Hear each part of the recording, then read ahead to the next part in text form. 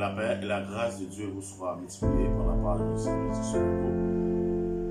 Maintenant, nous sommes contents qu'on a avec nous matin. On a parlé de 5 caractéristiques d'un vrai pasteur. Avant tout, nous devons commencer par la prière. Rapidement, par la prière. Disposons la prière. Dieu fort et grand, le vrai Dieu est Dieu, et toi, prière du matin. Mesdames et messieurs, appelez qu'on approche de votre rôle béni, Père, pour nous merci pour grâce. Merci pour l'amour, merci pour ton miséricorde, Père. Mesdames et messieurs, appelez gloire, nous approcher pour nous parler, parole du royaume de Dieu, Père. Nous parlons des habitants de la chair et le sang. On va remplir nos paroles de feu, de cet esprit de Dieu. Ça nous va apporter de belles paroles, Seigneur. Chacun nous va édifier. C'est ça nous prions, Père, après nous, Seigneur Jésus-Christ, qui vit comme lié pour ces des siècles. Amen. Nous retournons rapide et pour nous parler des 5 caractéristiques d'un vrai pasteur. Premièrement, dans ces caractéristiques-là, nous allons faire râler rapide. Si on parle de pasteur, nous allons faire râler rapide de mon pasteur. Étymologiquement, le mot pasteur est au cas de berger, qui veut dire appelé de Dieu. Toujours remettre ça, au monde au cas étudier théologie ou son théologien, mais ou pas un pasteur. Ou pas un pasteur. Ou pas le ces caractéristiques d'un vrai pasteur. Dans ces caractéristiques d'un vrai pasteur, premièrement, nous parlons de la patience.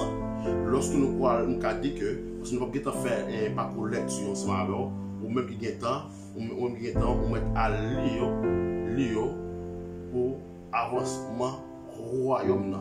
Nous parlons un passage rapide de le premier, c'est patience. Nous parlons c'est Jacques 7, verset 8. Nous parlons dans Hébreux 10, le verset 36, Romains 5, le verset 3 et 4. Pour première caractéristique d'un vrai pasteur. Le pasteur, c'est ce qu'on appelle la patience. Il y a des gens qui viennent convertir. Il faut avoir plus de patience pour sauver dans le monde. Il faut avoir plus de patience pour sauver. Il y a des gens qui sont dehors. Tout le monde dit que les gens sont pas de patience pour gérer. C'est difficile pour sauver l'âme. Avec l'église là. Parce que le rôle pasteur, c'est sauver l'âme. C'est son gardeur l'âme. Gardeur l'âme, c'est lui-même qui a géré dans le monde. Si pas son pasteur, il n'a pas de caractéristiques, ça, c'est la première caractéristique qu'on donne, et il dit que ça ne pas considéré comme un vrai pasteur. Vous avez avec nous? Deuxième caractéristique du vrai pasteur, c'est la sagesse. La sagesse, lorsque vous allez dans le livre de Timothée 3, ou pour aller, parce que nous ne pouvons pas rentrer dans le verset rapidement, nous ne pouvons pas rentrer là-dedans. Mais au même temps, lire la carte, ou parler de caractéristiques de pasteur. Parce que, on va regarder le parcours Jésus-Christ. Le tour Jésus-Christ est un grand roi, il est d'accord, humilié tête pour sauver. En même temps, il ça aujourd'hui la sagesse de Dieu. Aujourd'hui, Jésus, il descend comme il est d'accord pour humilier sur le bois du calvaire pour sauver l'humanité. Ça, c'est le rôle d'un vrai pasteur. Il doit être sage. Ou si un pasteur ou un passage, il n'a pas de caractéristique d'un vrai pasteur. Nous allons aller rapide. Notre troisième caractéristique, malgré que nous ne parlons pas en détail tout. Il ne faudrait pas parler en détail parce que rapidement, parce que l'air a fait défaut, nous devons remettre. Troisième caractéristique d'un vrai pasteur, c'est le discernement. La Bible dit avec l'église là. La Bible dit, vous devez discerner quelle est la volonté de Dieu. La Bible dit avec l'église là, vous devez discerner la voix de Dieu. Si un pasteur n'est pas bagage que vous portez par vous prend, c'est que vous n'avez pas de discernement. L'église nous a dit, vous avez détruit la vie fidèle. La Bible dit avec l'église là, vous avez détruit la vie fidèle. Parce qu'à chaque fois, on a dit que vous portez un tribut que parce qu'il y a des gens dans l'église agent du diable il pas jouer le rôle de vrai chrétien. Il y a des gens qui sont agents du diable. Imaginez-nous on a dit mon a vu porter on tripoter le pasteur sans pasteur pas la voix du Seigneur pas à attester Dieu et pasteur qui t'en fait un grand ils ont fait un gros dispute ça faut que un vrai pasteur il doit avoir discernement ça veut dire que c'est troisième caractéristique là de vrai pasteur c'est-à-dire un pasteur pas doit agir à l'émotion. Non, parce que si que le pasteur réagit par émotion, là, il faut nous douter de l'idée ça. Nous pouvons aller rapidement, nous pouvons aller quatrième caractéristique du vrai pasteur, c'est la réactivité à l'enseignement. Parce que de nos jours, nous venons voir l'idée pas de temps pour enseigner le peuple là. Imaginons que des gens, c'est dit que des gens qui sont dans l'église là, il faut d'accord prendre du temps pour enseigner. Parce que si vous ne prenez du temps pour enseigner, n'importe faux, on dit que n'importe faux, on dit que faux église, parce qu'il y a un pile l'église, un diable soit, agent du diable établi dans le monde pour dévier la mission de vrais chrétiens. Ou même qui va prendre temps pour percer la parole de Dieu, ou là que vous échouez. Parce que le rôle idéal, il doit enseigner quelle est la volonté de Dieu, il doit enseigner la parole de Dieu. Et pas que qu'on s'en est qui fait une convertir, vous allez. Nous changer pour même son cas que nous disons bon Dieu merci parce que Dieu faut des hommes de Dieu, des femmes de Dieu sur même enseigner l'évangile là parce que si pas gain monde qui enseigner l'évangile là ou échouer. On dit la vie on dit que la difficile pour joindre bon médicament. Avec l'église là faut chita, faut l'idée d'accord chita dans l'enseignement. Si mon pasteur pas d'accord chita dans l'enseignement, on a dit qu'on veut en bas l'idée ça. On change moi-même, on a dit que je 6 ans par thème. On pas jamais jouer un leader qui chita pour enseigner la parole de Dieu. On a dit que pasteur me fait présenter, on a dit fait baptiser donc pas joindre pour dire médicaments qui sont dans l'église. Si moi-même qui pas dit que bon Dieu pas voir des hommes de Dieu, des femmes de Dieu sur moi, on dit la vie c'est a fini mal. On dit que là on doit garder sur quatrième caractéristique là si l'idole son vrai pasteur la projet de l'église là. On doit si son vrai pasteur c'est la conduire dans le rôle de Dieu, ça conduit dans la perdition. Parce que dans pile les dés, ils prennent du temps, ils rejettent le vrai parole de Dieu, ils font affaire par eux. On regarde de nos jours, les dés pas consacrés des noms fidèles, ils plus consacrés de biens matériels. Immédiatement où est l'idée là, virer sur ça, la prière demander bon Dieu pour étirer en bas l'idée, en bas sur tel idée. Parce que immédiatement, Dieu n'est pas d'accord, obéir avec la voix de Dieu, nous avons dit, nous qu'à rentrer dans la perdition. À l'église là, nous prenons rapidement pour nous terminer, parce que l'est arrivé. Cinquième caractéristique d'un vrai pasteur, c'est l'humilité. Ah, mais grand. Après, dans tout ça, veut dire, l'humilité n'est pas un dernier, mais c'est un plus gros élément. C'est un plus gros élément du vrai pasteur. L'humilité, c'est notre grand élément dans ces caractéristiques du vrai pasteur. Des vrais pasteurs.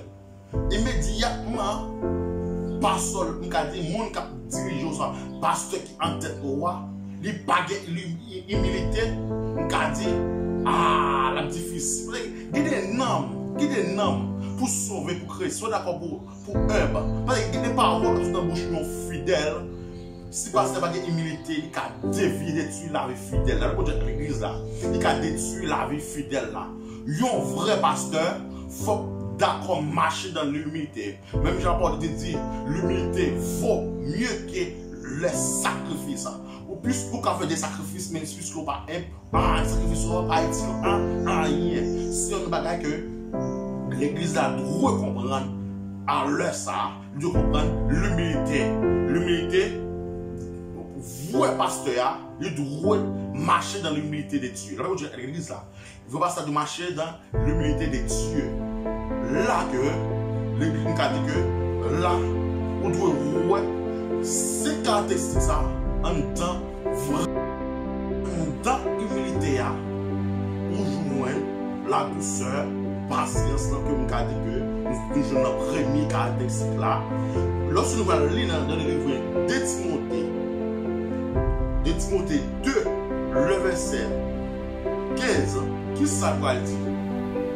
Il va dire un ouvrier approuvé par Dieu. C'est-à-dire que le monde que Dieu relève même, mais rôle, lorsque on va lire tout Timothée 2, et verset 14 de commencer jusqu'à verset 26 là. On va pas de temps pour me lire. Mais nous pourrons aller dans un verset qui est important en pile, qui dit efforce-toi de te présenter devant Dieu comme un homme éprouvé, un ouvrier qui n'a point rougi, qui dispose droitement la parole de la vérité. Ça veut dire que un vrai leader que Dieu fait appel à elle, de marcher dans la ligne droite là, la ligne que Dieu mettait là, il doit marcher. L'église là, il doit marcher dans la ligne droite que Dieu mettait là pour établir la volonté de Dieu. C'est pas volonté par il doit faire volonté de Dieu. De nos jours, lorsque nous avons râler pour nous à MKT, il y aura pour nous ça l'idée à faire, nous posons des questions. Est-ce que c'est son vrai leader? De nos jours, nous voyons l'idée plus focus sur l'argent, mais non, le peuple là, il n'est pas intéressé. Si nous faisons parcours dans les Psaumes 23, nous avons parcours David. Dieu fait la Bible fait comprendre. Et David est un vrai leader. Il est toujours là pour agneau. À quel moment lion t'a voulu faire? Pour faire mouvement pour le dévorer.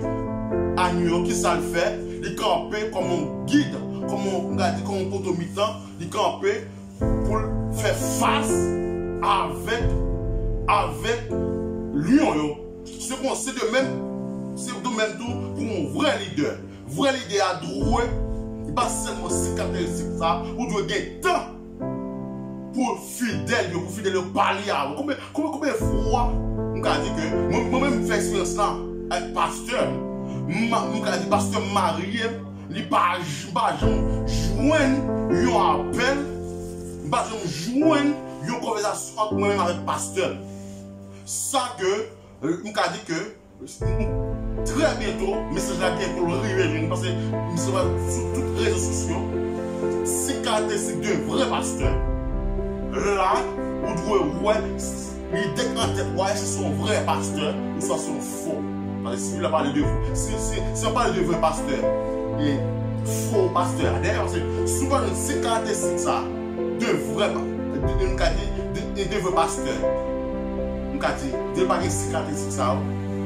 On va diriger par un cadet, on faut pas se cap maintenant. On va avec l'église là.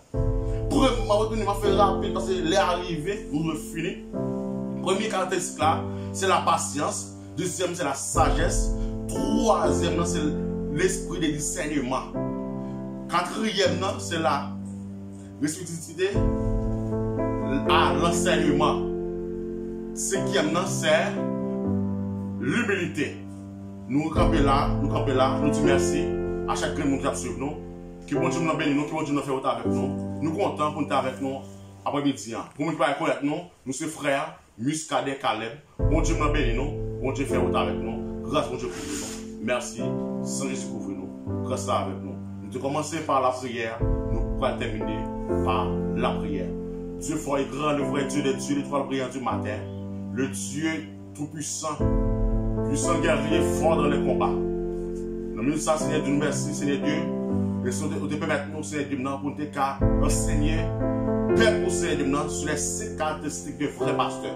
Seigneur Dieu, merci, Seigneur Dieu. Malgré que nous n'avons pas de temps pour nous chiter sur fondement, mais le peuple apprend de ce vrai pasteur. Nous te merci, Seigneur Dieu, pour grâce, merci pour l'amour. C'est pour ça que nous prions, Père. C'est pas vrai, notre Seigneur Jésus-Christ, lui sur la gloire, pour les siècles. Amen. Moi, je bénis.